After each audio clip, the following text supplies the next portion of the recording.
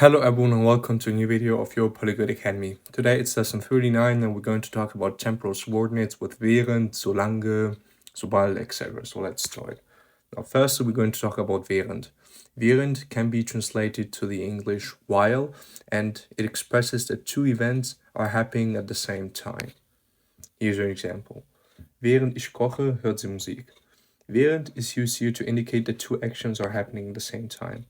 Während ich koche describes an action that is ongoing, and hört sie Musik describes another action that is happening at the same time. So während connects these two actions. And the translation is, while I cook, she listens to music. Here is a second example. Während ich mich duschte, klingelte das Telefon. While I was taking a shower, the phone rang.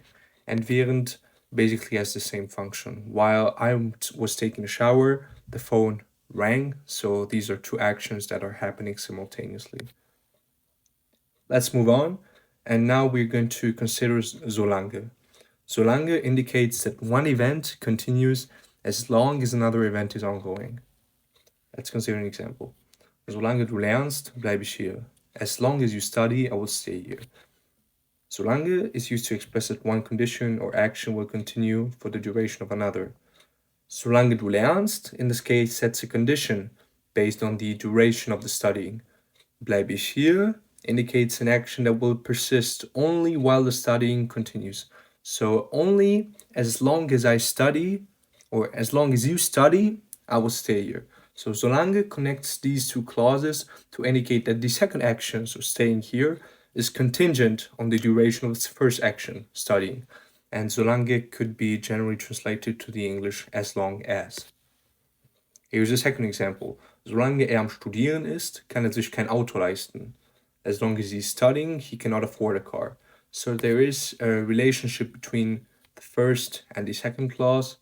And in this case, you can see that the second action, so not being able to afford a car, is contingent on the duration of first action, so studying. So as long as he's studying, he's not going to be able to afford a car.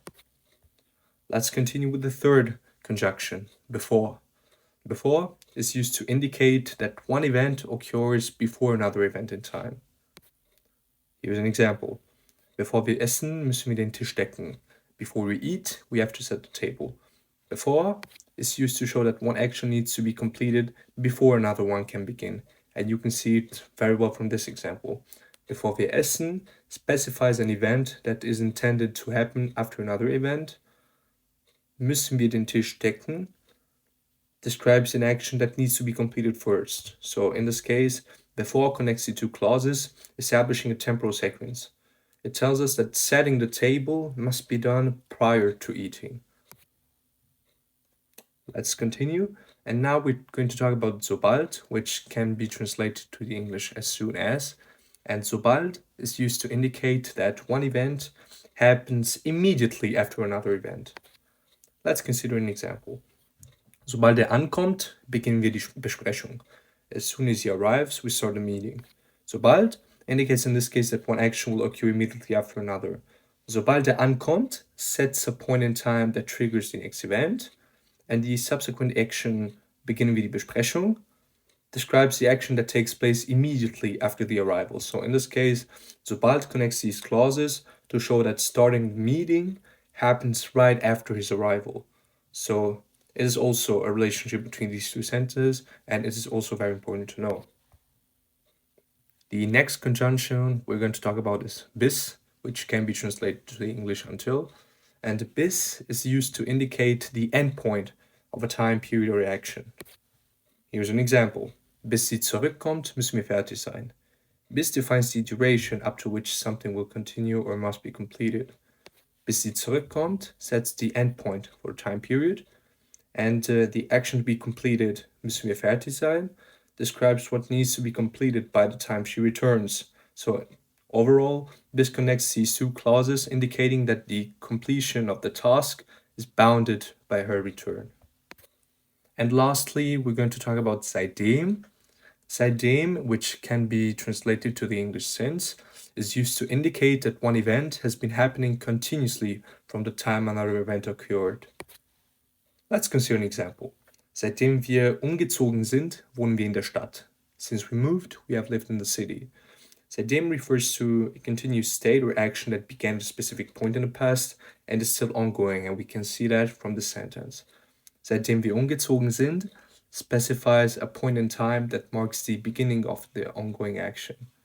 And then you have the continuous action wohnen wir in der Stadt, which describes an ongoing state that started from the time of moving. So we would not live in the city if we hadn't moved. So because of seitdem, we're able to establish such a clauses. We can connect these clauses, indicating that living in the city began with the move and continues on from that point. Now, here's a summary of the conjunctions we talked about today. We talked about während, solange, before, sobald, bis, seitdem. We talked about when we use them, and we also illustrated some examples. If you understood everything, please leave a like to the video and subscribe to the channel for more videos like that. And in order to successfully conclude this video, here are some exercises. Write a complex sentence for each of the 6 temporal conjunctions, comprising a main clause and a subordinate temporal clause, and try to write your sentences in the comments so that I can correct them and so that I can tell you whether you understood the topic or not. Other than that, thanks for your attention and I wish you a nice day.